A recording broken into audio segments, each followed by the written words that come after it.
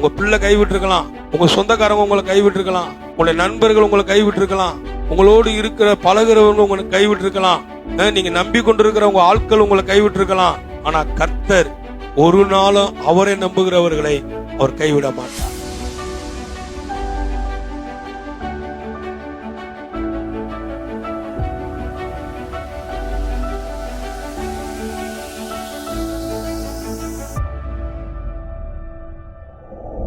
நான் உனக்கு சொன்னதை செய்யும் அளவும் நான் உன்னை கைவிடுவதில்லை. கையை பிடிச்சுக்க இருக்கமா அப்படின்ட்டாரு. நான் உனக்கு சொல்லிட்டேன்னா நிச்சயமா நான் அதுல இருந்து விலக மாட்டேன், கைவிட மாட்டேன், உன்னை விட்டு விலக மாட்டேன், உன்னை நான் கைவிடுவது இல்லை அப்படின்னு சொல்லிட்டாருன்னா நிச்சயமா நான் அதை காத்திருக்கணும். காத்திருக்கிறப்ப நிச்சயமா ஆண்டவர் சொன்னதை என் வாழ்க்கையில நிறைவேற்றுவார். நான் காத்திருக்கிற பொழுதுதான் இது நடக்கும். காத்து இல்லாம ஆண்டவர் என் வாழ்க்கையில எதுவுமே என்ன பண்ண முடியாதுங்க, செய்ய முடியாது. காத்திருக்கணும். கர்த்தர் செய்வார், கர்த்தர் தருவார், கர்த்தர் என்ன பண்ணுவாரு, மாற்றுவார், கர்த்தர் நன்மையானதை தருவார். அதனால நான் கர்த்தருக்கு காத்திருக்கிறேன்.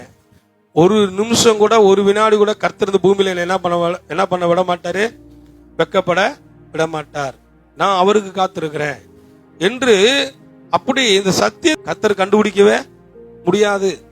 நான் சொல்லுகிறேன், கர்த்தரை கண்டுபிடிக்கவே முடியாது. கர்த்தரை இங்க தேடுனாதான் கண்டுபிடிக்க முடியும். நீங்க எங்க, கர்த்தர் இங்க இருக்கிறாரு, வார்த்தையில இருக்கிறாரு. அவர் வார்த்தையின் கடவுள், வார்த்தையின் வடிவில் இருக்கிறார், வார்த்தையாகவே இருக்கிறார்.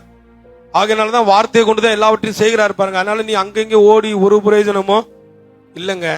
நீங்க எவ்வளவுதெல்லாம் ஓடுனாலும் உங்க காலுதே வலிக்குமே, உங்க கால் வலிக்கும், உங்க நேரம் வேஸ்ட், உங்க இமேஜ், உங்களுடைய பொருளாதாரம் வேஸ்ட், எல்லாமே வேஸ்ட் ஆயிரும்.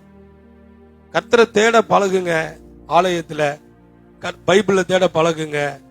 நான் சொல்லுகிறேன், உங்களை அவர் ஒரு வினாடி கூட கைவிட மாட்டார். கைவிடவே சான்ஸ் இல்ல.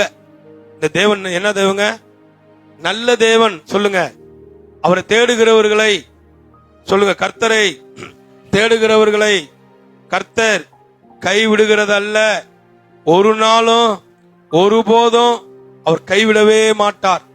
சொல்லுங்க, கைவிடவே மாட்டார். கைவிடுவாராங்க, கைவிடுவாரா உங்களை?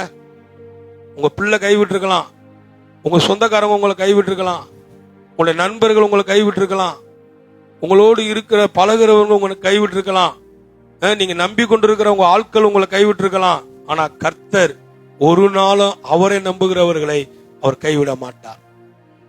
நான் சொல்றேன், உங்க நம்ம நம்பிக்கை மனுஷன் வைக்கிறோம்ல, கர்த்தர் மேல கொஞ்சம் வச்சு பாருங்க. கர்த்தரை கொஞ்சம் நம்பி பாருங்க. மனுஷனை நம்பி வாழ்றோம், மனுஷன் மேல நம்பிக்கை வைக்கிறோம். இந்த மனுஷன் என்னை கைவிட மாட்டாருன்னு சொல்லி நம்பிக்கை வைக்கிறோம், இவங்க என்னை கைவிட மாட்டாருன்னு சொல்லி நம்பிக்கை வைக்கிறோம். அந்த நம்பிக்கையெல்லாம் எடுத்து கர்த்தர் மேல வச்சு பாருங்க. அந்த நம்பிக்கை இவங்களுக்கும் அவங்களுக்கு இருக்கிற வித்தியாசத்தை உங்களால உணர முடியும். காரணம், இவர்கள் மாமிஷிகமான மனிதர்கள். அவர் உங்களை உருவாக்கின ஆண்டவர், உங்களுடைய தகப்பனவர். அல்லேலூயா. அதனால இவர்கள் கைவிட்டாலும் இவர் என்ன பண்ண மாட்டார், கைவிட மாட்டார்.